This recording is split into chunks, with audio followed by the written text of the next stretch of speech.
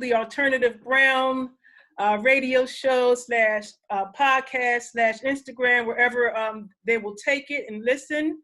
We are here today with two very fabulous people.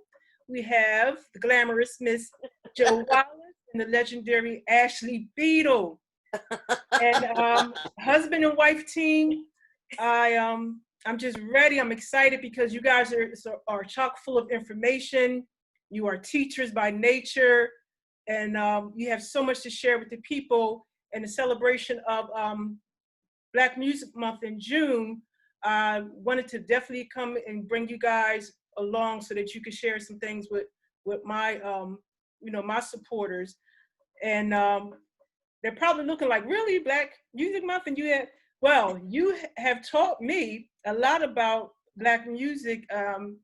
We had a lunch, or was it a brunch at a diner when I sat, and she was just so full of information. I was very impressed. And I said, yeah, it would behoove me to get her on here and talk. But so for people that may not know, we had some legendary disco here, house music, production, record label owners, DJs, songwriters, the list goes on. And I want to kind of just start with a little what I know, and your guys' bios run so deep. And I know I just scratched the surface, but Ashley Beedle is born in Hempstead. And I know that you have some ties in the United States. I want you to speak on that, about your background. Your mother's from Barbados and your father's from London. And I've heard so many, the New Jersey Deep. And then there's the Ballistic Boys and Black Science Orchestra. And you have a whole lot going on. Oh, the Bob Marley remix. These are things that I just want to know your story. How did you go from a kid from Hempstead to the legendary Ashley Beedle? Well, I don't know. I think I might be legendary in my own front room. But no, seriously. I grew up in a multiracial partnership between my dad was a white guy from a place called Abbots Langley, which was a little village in Hertfordshire, which is just outside of London. And my mum, she came over to the UK from Barbados in 1960. And she met my dad at a hospital where they both were working. And my dad was a hospital porter. And a teddy boy. And what they call a teddy boy over here. So he was into rock and roll and motorbikes. Motorbikes. He was a and rocker. Leather jackets. And he loved his Buddy Holly and, Gene Vincent and stuff like that. That sounds sexy. Yeah, he was a sexy guy. But yeah, him and my mother, they fell in love, and here I am, the product, basically, you know. Okay. But I grew up in a very interesting household where, how can you put it really? My dad's musical taste was so broad, it was ridiculous, He was into so much different music. And my mum, being where she came from as well, there was a lot of gospel music in our household. She loved Al Green as well. Nice. Seriously, when it came to Al Green, my mum was like the bomb. Yes. So, but it was a lovely household to grow up in, and we had some really beautiful friends. Still have. Lots of parties. The radiogram. Yeah, the radiogram, the record player. The whiskey, the rum, yeah. Okay. The West Indian food, everything. It was beautiful. It was now lovely. You're talking. Yeah. Yes. So, that was a huge influence on my upbringing into this world. And I think I can honestly say, quite consciously, that all that was, I suppose, in me. It came into my head from a very, very young age, and I've been living with it ever since, and that's what's, allowed me to go ahead. And how it happened, I don't know, but lots of different things happened to me in my life, and, and I've been influenced by friends as well. Funny enough, one of the guys I've been influenced with, he lives in New York, a guy called Terry John. Okay. And he lives in New York now. He's been there, I think, about 23 years or something crazy like that. But anyway, you know, it's influenced everything I do within my production, my writing, my remixing, you know, working with Jo as well with her labels, you know, and, you know, and I've been blessed. That's the only way I can say it. You know, I've done, I think you mentioned earlier, I've done Get Up, Stand Up for the Wailers, which went to #1 in Jamaica. Wow. I did Elton John, Are You Ready for Love, which he did with MFSB and the Spinners. That's right. Yeah, and that went to #1 in the UK. I made a big dance record back in 2001 or 2002, which was Lazy, with David Byrne from Talking Heads, and that went to, that was a worldwide hit. That was with my two friends, Rocky and Diesel. That's their DJ names. As part of Express 2. We were called Express 2, and yeah, that was a huge hit. But we as Express 2 anyway, we had a lot of quite worldwide club hits, you know, and a lot of that stuff filtered through to America. So DJs like you know, Danny Tenaglia, Junius Vasquez, Masters at Work, all those cats were really into our music, you know, Frankie Knuckles. So, you know, we've always had this kind of backwards forwards relationship with America, you know, especially New York. Wow. So that's a lot. That's a lot. Yeah. So that sounds like you are well experienced, and and I must say that you're very humble. You ran down your resume here. I mean, you could very well walk around with the you know, inflated head, but you are very humble. And I'm gonna tell you my story about you, because you know, I loved house music. Hip hop and house music went like this, and I kind of drifted into hip hop because that was just a pull over here in the States that everybody was doing. But I would party you know, with the house heads, and I've heard your song probably 1,000 times, danced to it, whatever, but didn't make the connection, you know. And my partner Kelly, who started, she's the one that kind of convinced me, like, yeah, your hip hop thing, just try doing this house beat. I'm telling you to work. And I'm like, all right. And so she knows all the names and people you just named. She's knowledgeable. And so when I told her, I said, well, we're going to be working with Ashley Beedle. She's like, Ashley Beedle? You know, she said she sat down on her bed and a tear dropped. I said, wow. She said, like, this guy, that was one of the first records she purchased as a teenager, and she would listen to it every day. So, and I was like, okay, so this dude must be the real deal.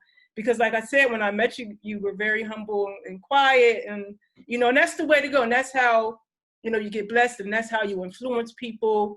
And I'm very honored to know you and be working with you. Oh, I'm very honored to know you. You know, what you do is very special as well. And I think it's, you know, it's not about slapping each other on the back, but it's about acknowledging the fact that we're all involved in something that's quite unique and quite spiritual, you know. And music is the weapon of the future, man. That's all I can say. You know? Definitely. And then you're here with the powerhouse herself. And I've been reading up on you too, Joe. And, you know, just to see that, you know, you inherited, I guess, a crate full of Motown, and you dug in, and you got a love for it, and you were able to, you know, move forward at the age of 16, DJing, working in record stores, you know, working for record labels. I think I read something about Island Records, and you know, right now you have 2 labels. I don't know how you do it, and 4, and a bunch of talented artists. And like, man, like, what's your story? What made you plug in? What attracted you to the soulful sounds of Black music, and share some of your knowledge? I was 4, and my grandmother had just bought us a television. There were 7 of us, and I kind of guess stop any further members of the family appearing, she bought us a television, and so we all got to watch you know, black and white 1960s programs. This was 1964, and there was a very popular music program called Ready Steady Go that was very legendary in the UK. They were the first people. Dusty Springfield did a Ready Steady Go special for Motown when Motown came over as the Motortown Review in '64, and she was the first person to invite them onto the television. And my brothers were a lot older than me. There's, 8, 10, 12, 14 years beyond me, between me and my older brothers and sisters. So they were all out, they were being mods, they were going to clubs. And so I was like this little pocket-size mod being taken round at the age of 4 to coffee bars listening to Marvin Gaye. Wow. And one day they put Ready Steady Go on and I was allowed to watch it. And Marvin Gaye came on, and he was wearing a white bolero, and he had a cummerbund and he had his full outfit on. And because it was black and white, the white glowed. So he had this aura around him. And he sang, "Can I Get a Witness?" And I said to my brother, "I'm going to marry him." And he went, "There's a small problem." And I went, "What's that?" He went, "Age and distance." And that was my fate. It was sealed. And at the age of 7, the people who lived in the house next door said, "Oh, we hear that you like Motown. Would you like this carrier bag full of records, all without sleeves, all a bit battered?" And there was a copy of The Temptations, "Ain't Too Proud to Beg," which I still play in my DJ sets. Nice. So I started cataloguing things in a little notebook. And when I got to 9, my mum said, "What do you want for your birthday?" And I said, "Can I have a box with some little catalogue cards in it so I can start an archive?" Wow. And if you jump forward to 2001, I became head of archiving for Universal Music, which embraced Island Records, Motown, Mercury, Polydor, you name it. It took me 6 years to archive every single piece of paper. And after 6 years, I left the company. But in that time, I was given the task of going to Detroit, visiting Studio A, doing a whole series of CDs called the Soul Satisfaction series. That's for Motown. That's for Motown. And then I was asked to do a very big commercial venture for Motown. Motown Floor Shakers, Motown Northern, as in Northern Soul, and Motown Love. And those were all B-sides and quite rare tracks, alongside very commercial tracks. And I wrote all the sleeve notes and I did all the research. But I'd been DJing from the age of 16, working in record shops from the age of 13, working in specialist black music shops from kind of like 25, broadcasting from the age of 23. Yeah, been there, done it. Okay. When there weren't many women doing it. Right. And, Right. when people said to me, "You can't do that. Show me the big book that says Joe Wallace can't do that." All And right. unless you can find that, yes, she can. So I think my most favourite moment of all of that was probably, I used to work in this huge building in London that was part of Universal Music. And I got a phone call from the receptionist and she said, "Joe, it's an emergency. You've got to come upstairs." So I'm thinking the building's on fire. So I run upstairs and there's this huge guy in front of me and he goes, "Joe Wallace." I went, "Lamont Dozier." And he went, thank you so much for what you've done. And I went, no, it's the other way round. Thank you so much. So they kind of stitched me up and set me up with Lamont Dozier, which was amazing. And, you know, okay, that was one of the highlights. Yeah. You have many. So what led you to, you know, with those experiences, led you to now currently establishing these record labels for you know, up and coming artists, and like, yeah, what motivation came from that? Well, I got to 54 and I'd been a work skills coach with people who had been kind of left out of mainstream employment. And I was expected within a month to get 12 people back into work. And I got the highest Ofsted mark. Ofsted is like an institution that goes around and checks excellence within private companies. I just used to get them back into work by saying, you're fabulous, you like Motown, you'll get a job.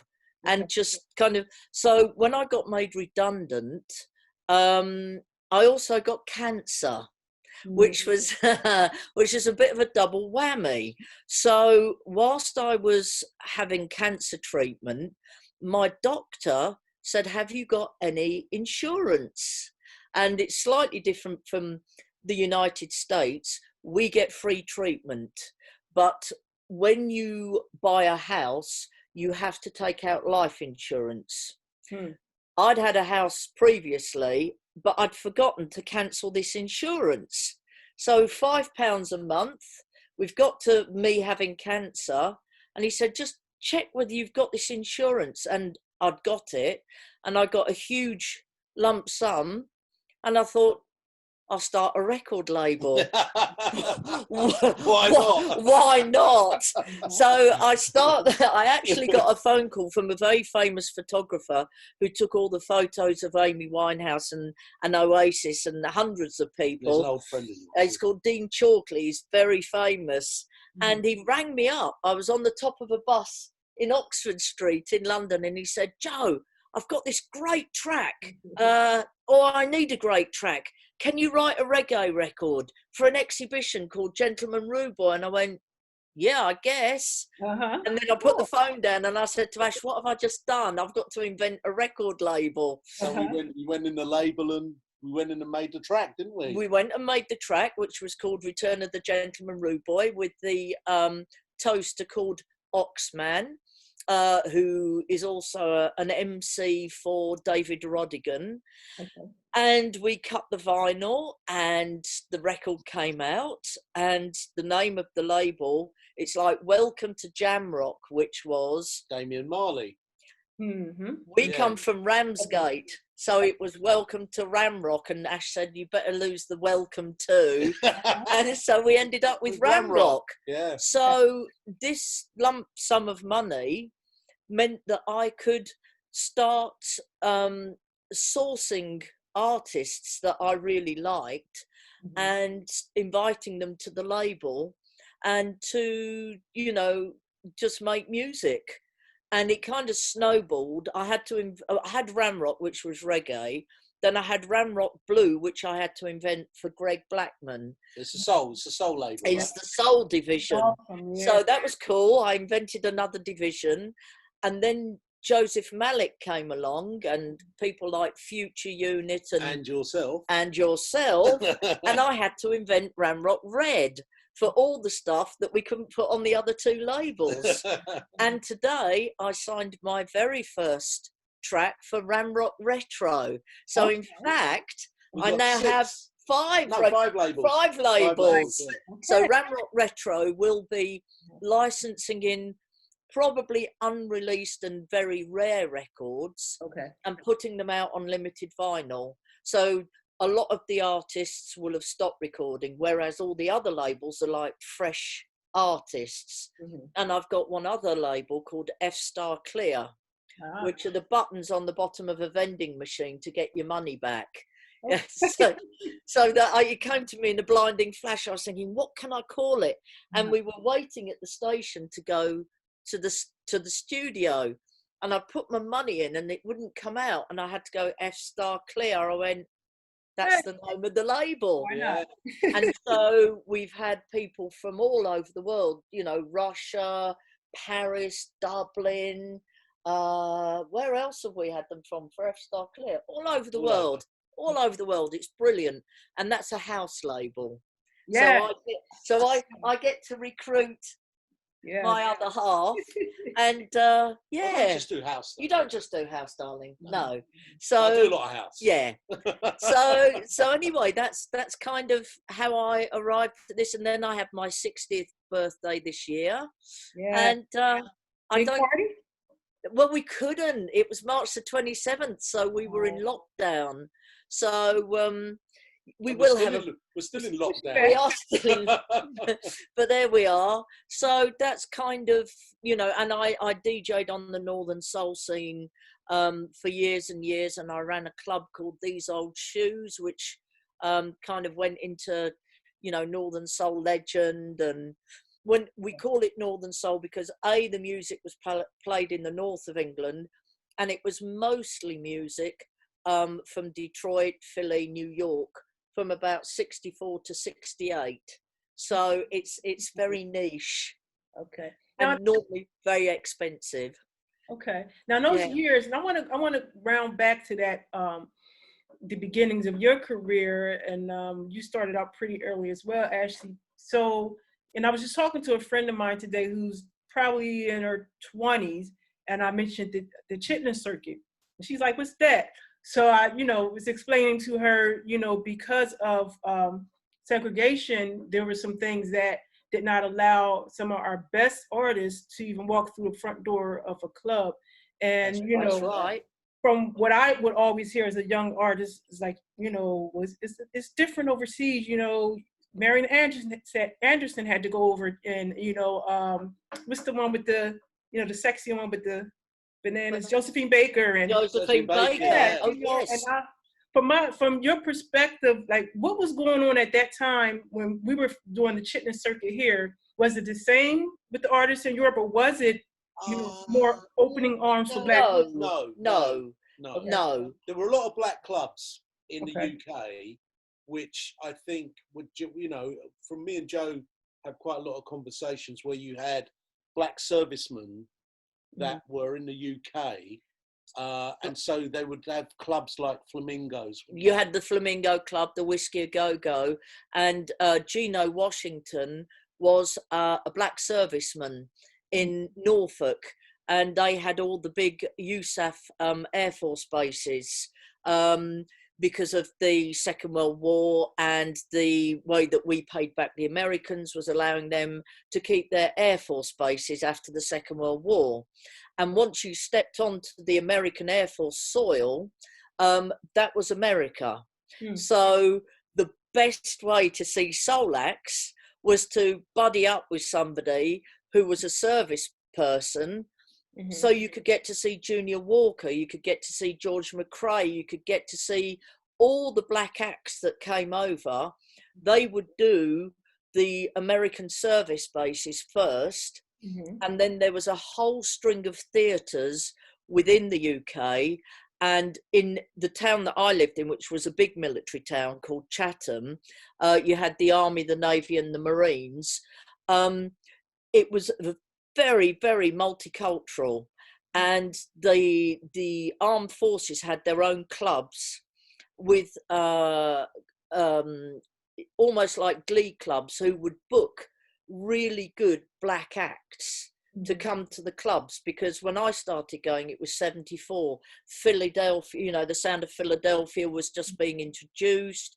You had all the stuff like George and Gwen McRae, you had the Stylistics, that's right, Brass Construction came, Heatwave came, you know, and I can remember Billy Paul coming and sitting on my knee because I was in the front row and serenading me with Me and Mrs. Jones. I mean, every girl in the audience just hissed at me, you know, and there I was with one of the superstars sitting on my knee. But it was Chatham was so vibrant, and you know, the people that I met, I went out with sailors from the age of some kind of 14 to 21, and you didn't go out with civilians, they didn't have enough money, and and you got, you know, they brought you things from all their journeys around the world, but that the upside of all of that was they used to bring a lot of music back from the States. So if they did deployments, you know, in a big boat out to the States, they'd come back with all this soul music. Right. And it was very exciting for me because I was working in an import record shop, and we were probably the only one in our state, in Kent, outside London. And we have a magazine called Blues and Soul that's been going since the 1960s, and we used to report our charts to Blues and Soul. And because of that, we would get VIP invites to see Brass Construction. I mean, I met Randy Muller backstage and Johnny Wilder swoon. You know, he personally sang Always and Forever to me, but, you know, that's another story. So it was a very wonderful time to be growing up, and to be able to get my hands on these records before they'd been released in the UK. So I could say to all my school friends, hey, have you heard, you know, the Intruders? Who were the Intruders? You know, and it was wonderful. You know, making records as a schoolgirl. Okay. Yeah. But now we fast forward to today, and I know you guys are in the know of what's going on over here in the States with George Floyd, and, you know, it's just been crazy 2020.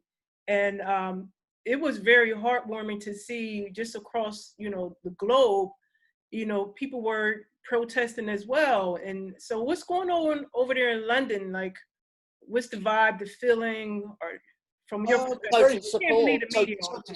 Total support. It's very peaceful over here, which is good. I mean, there was a couple of incidents of where, you know, a couple of the police got their heads smacked. And there was a statue of Edward Colston, who was a notorious slave trader, that got pulled down. You know, the people of Bristol had reportedly asked for it to be taken down. It's very insulting if you're in a multicultural society to have a statue of a slave trader in the middle of town. And in the end, they pulled it down and threw it in the river. Yeah. They've retrieved it. The council have taken it out, but they're going to put it in a museum with a full history, which is about time. And of course, Joseph Malik, who's on the record label and you've been chatting to, he's been leading the protests in Edinburgh, and he's been having remarkable results, and the crowds are just growing, and he's using his own negative experiences to a positive end. He explains to the crowd about a lot of the abuse that he suffered when he was a child, because he's biracial. His father was Nigerian and his mother was from Glasgow, and how he was basically abandoned and had to be looked after by his grandparents. So, you know, he tells the crowd all of this, but he also tells them, you know, you can use this as strength and build on this. And he's incredibly eloquent and, you know, speaks from experience, and he's doing remarkable things. And a friend of ours, Hannah Holland, who's very big on the LGBTQ scene, she's making a track for F-Star Clear called People Power Don't Stop.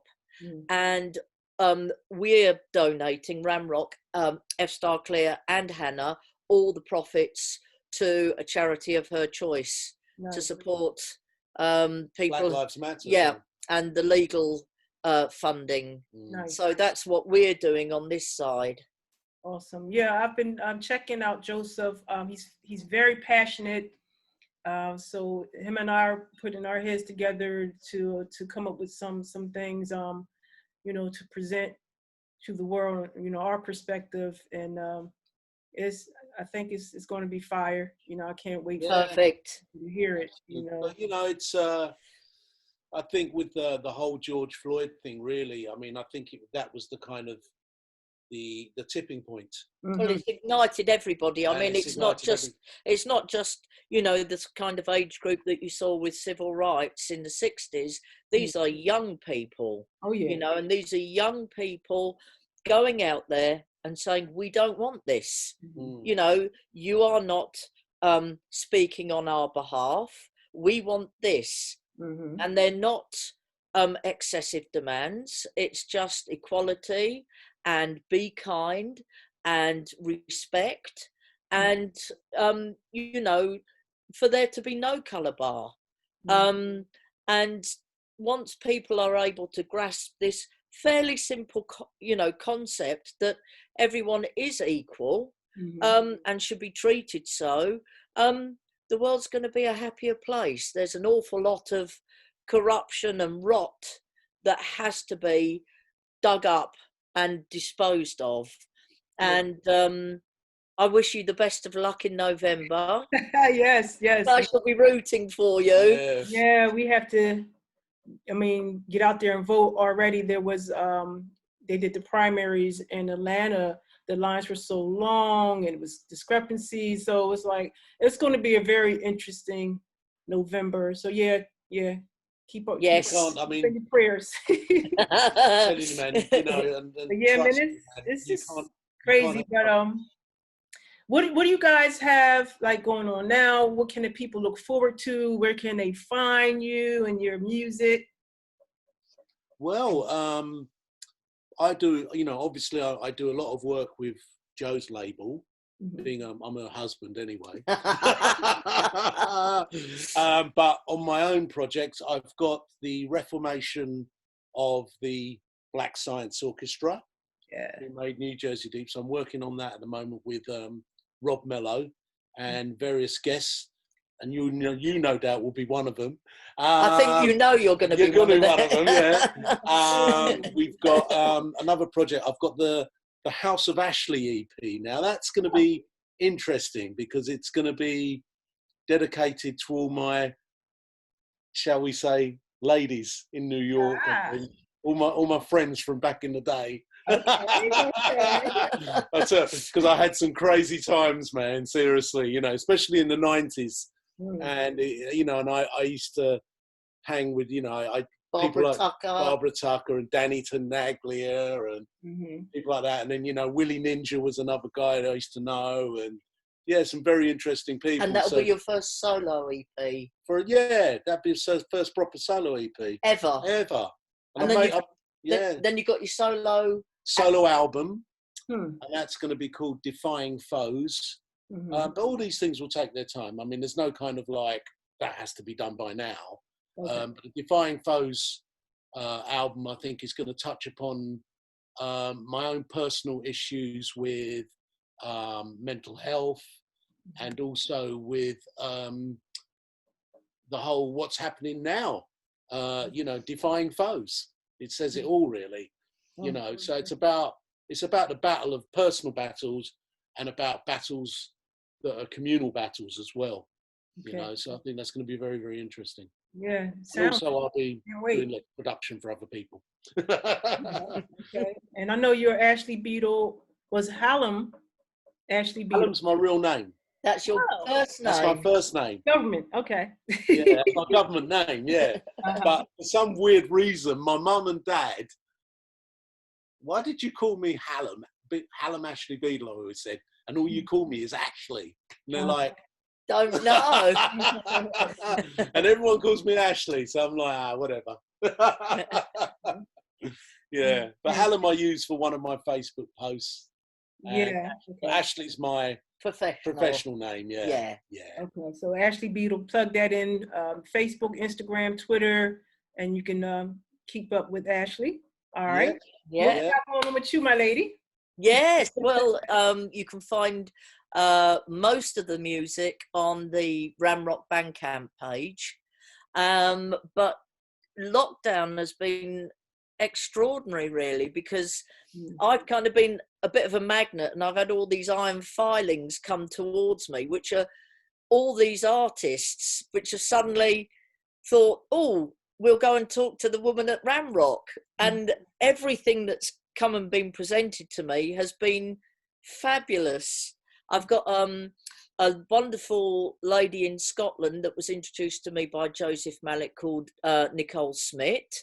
There's two, isn't there? There's the other one as well. Oh, and Lindsay Dray. Lindsay Dray, fabulous. We're kind of going on a West Coast folky kind of funky psyche trip with them. Okay. And then I'm just chatting to a guy called Gus Miller from Austin, Texas, and he does kind of swamp rock. He's a bit like Willie Nelson. Yeah, he's a bit, but fabulous, beautiful voice and very, very sharp lyrics. Another guy called Dan Cohen. He was originally from London, but he lives in Canada, and I believe you're going to be hooking up with Dan. And then I'm in talks. The ink isn't dry on the paper yet, with an amazing young 18-year-old called Akim Soul. And he's been doing music since he was 14. He's from London. He's from a Nigerian background. Yes. Yeah. But he's absolutely, what soul music should be, without being retro. And then top secret, we'll have to kill everybody after we've told you this. We've signed a track by Domino, the West Coast rapper.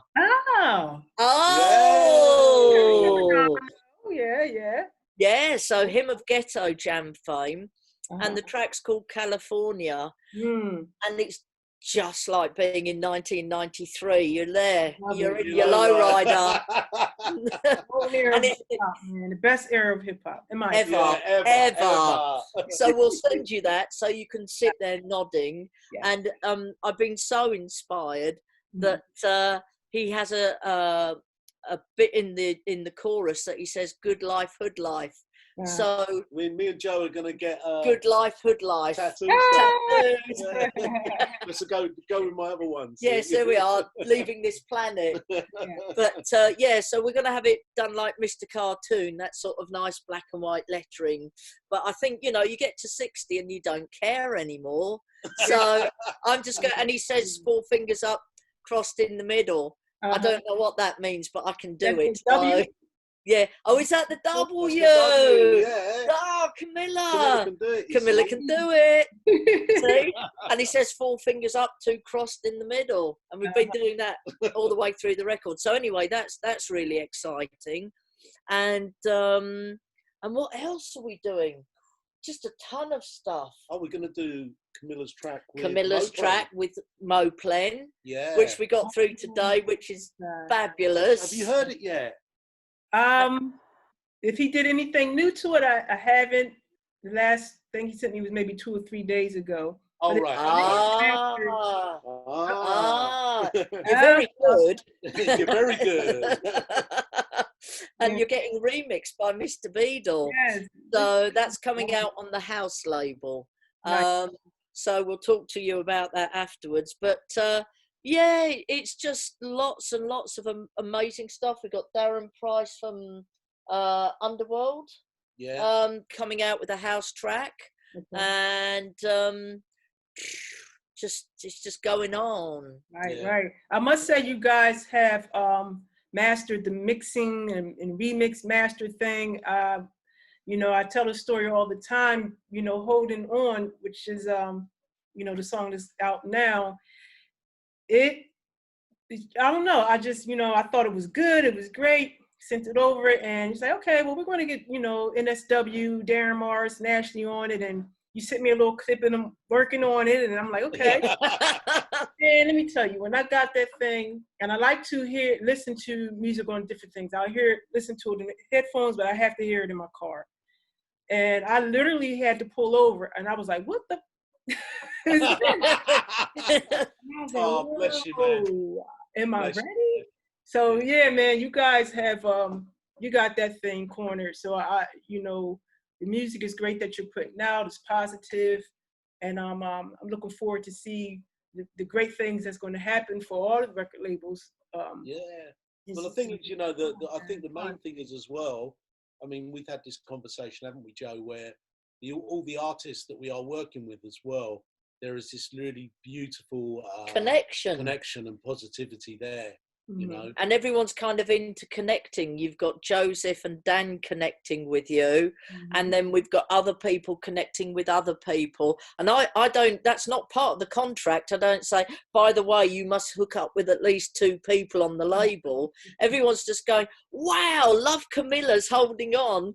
Do you think she'd work with me? Oh, just send her an email. Yeah. So, you know, that's so organic. And when I started the label, because I'm basically an old hippie at heart, and I just thought, wouldn't it be amazing if we all had this giant canvas where we could all have little dots and all join up, and then, you know, do blues with hip hop and jazz with folk, and just, I don't care, it's my label, I'm the boss, so do what you like. Yeah. It you sounds know, like a concert to me.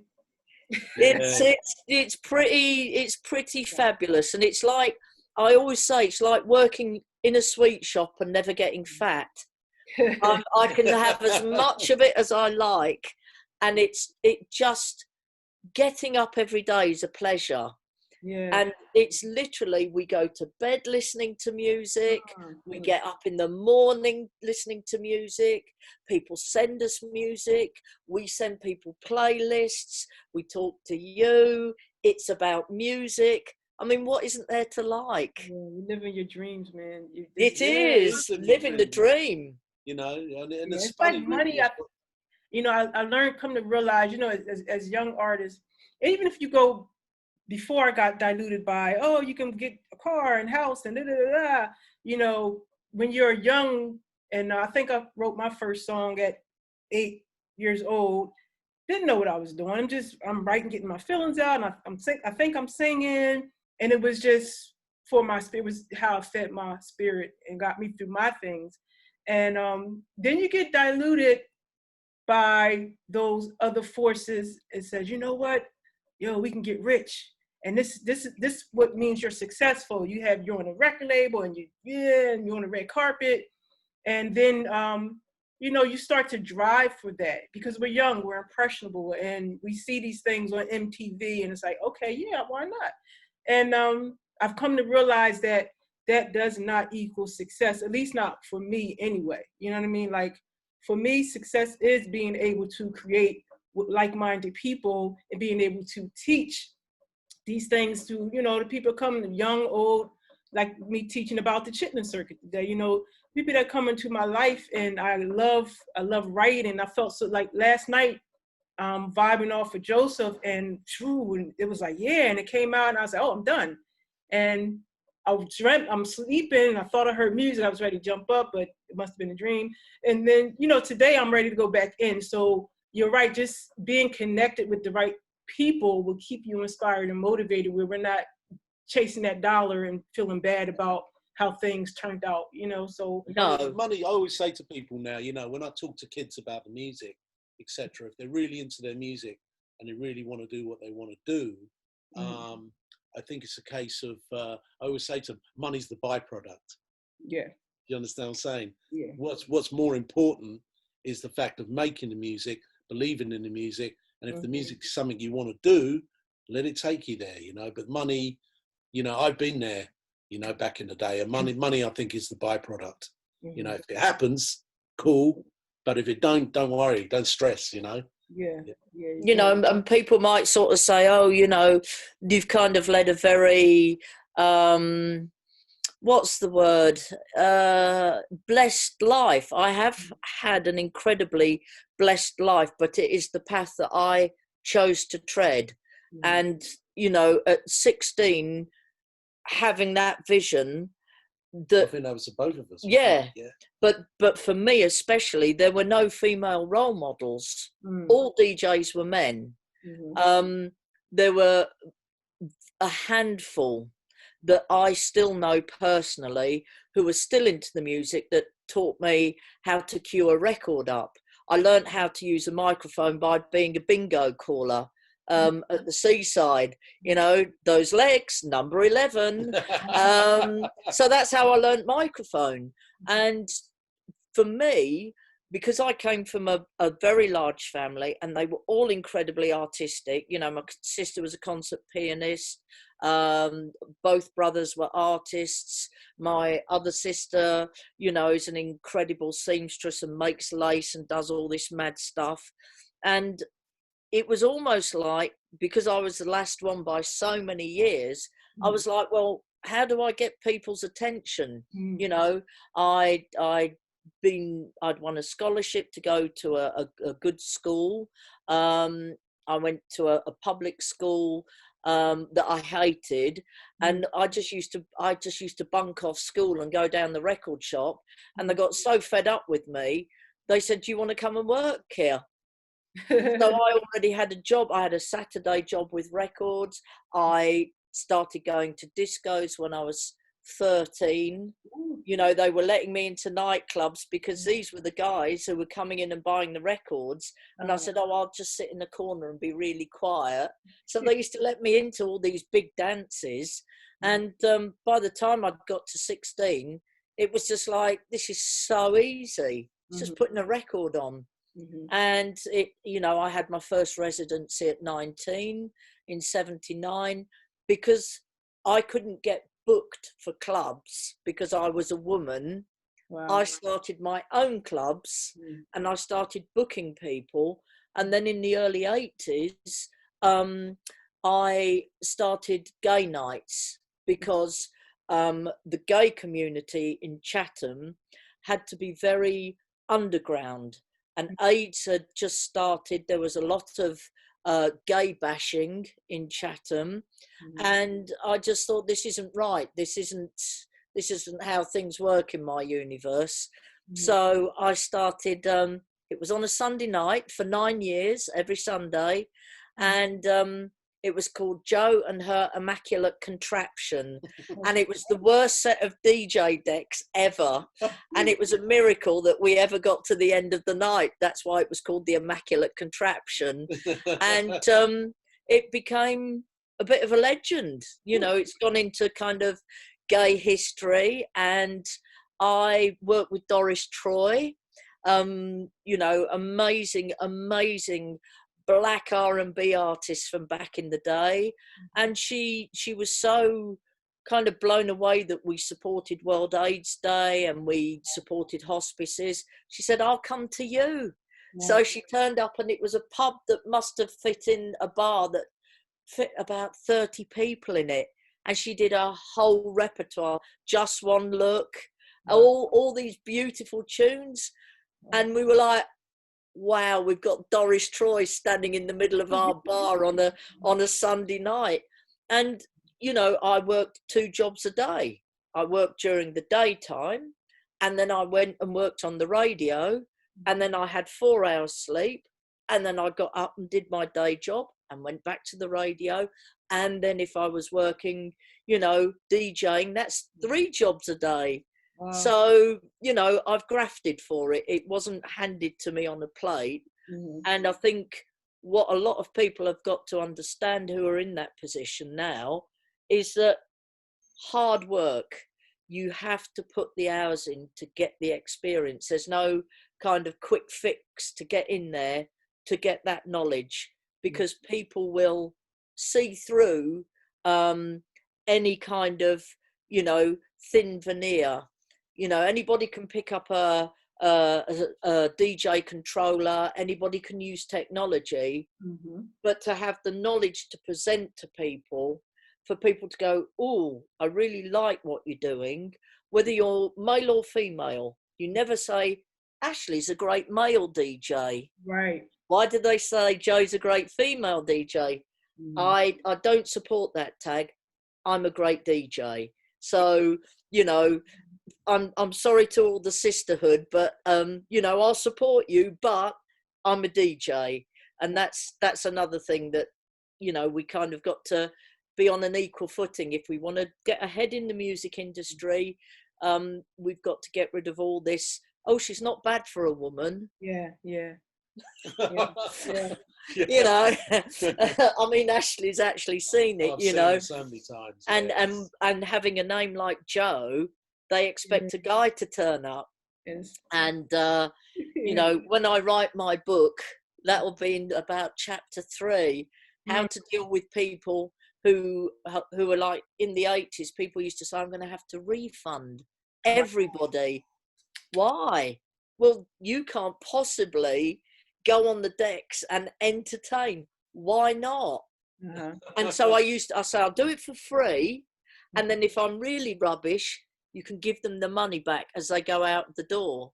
And at the end of the night, they'd always say, wow, you were amazing. Can we book you again? No. You can't afford me. My price has just gone up. Anything else you want to tell the people before we close out, you know? Oh man, you know, well, just enjoy music.